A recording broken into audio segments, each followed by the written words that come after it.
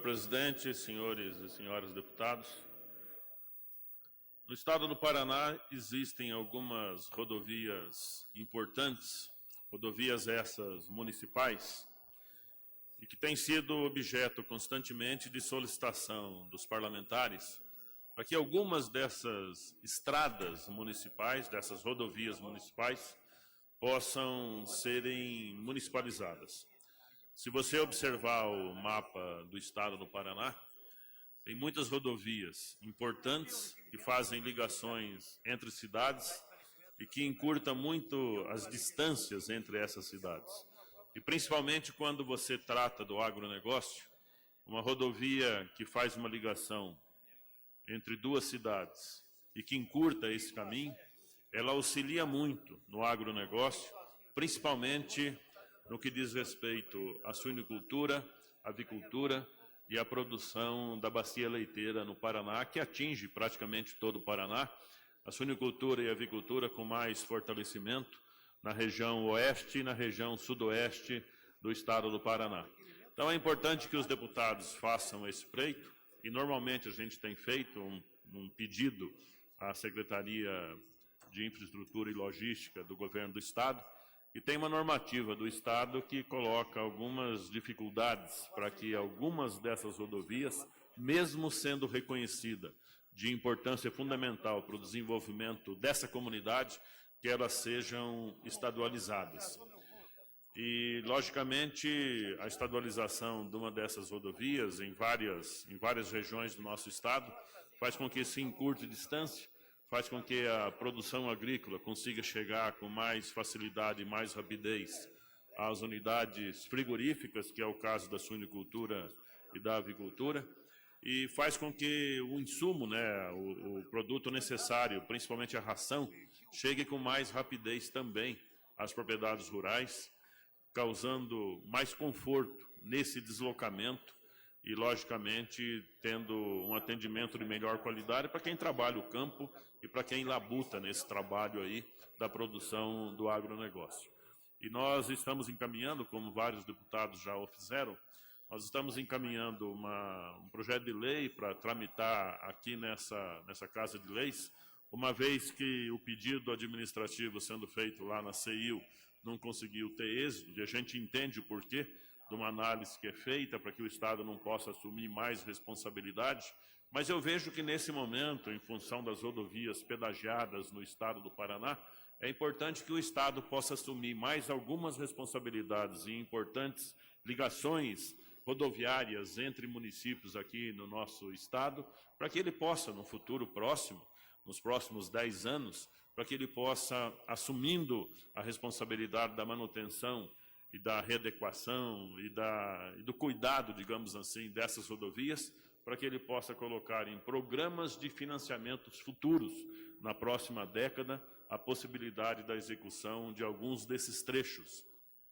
E, baseado nisso, nós estamos encaminhando aqui nessa Casa de Leis um projeto que pede a estadualização de uma rodovia que liga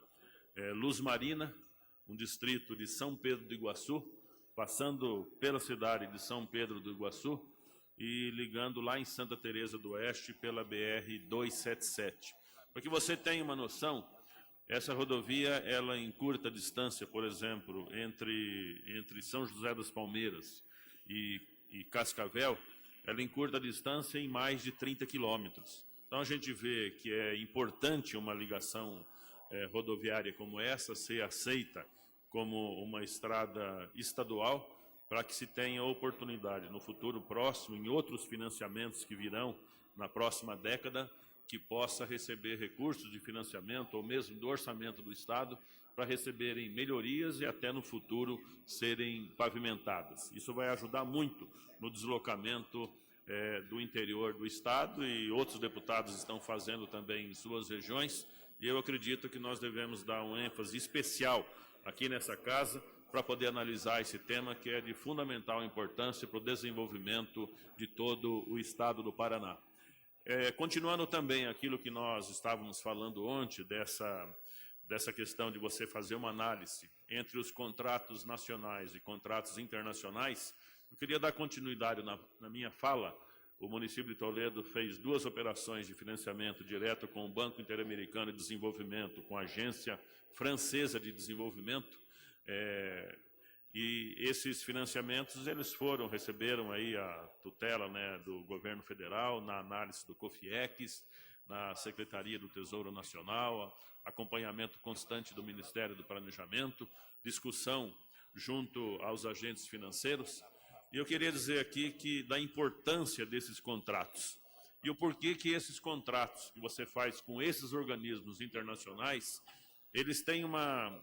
visão de um todo, né, uma credibilidade muito maior do que muitos contratos que acontecem aqui no nosso país entre o setor público e as empresas, e contratos que muitas vezes nem lidos são e são assinados pelos parceiros na contratação de obra, na execução de alguns investimentos, e possivelmente são objetos de discussão judicial após o término desses investimentos, pela falta da leitura, pela pouca importância que se dá através desses contratos, uma vez que no Brasil se pensa muito naquela questão do jeitinho, se assina agora e depois se resolve, e esse jeitinho brasileiro é que dá a oportunidade para que em muitas ações a corrupção esteja presente,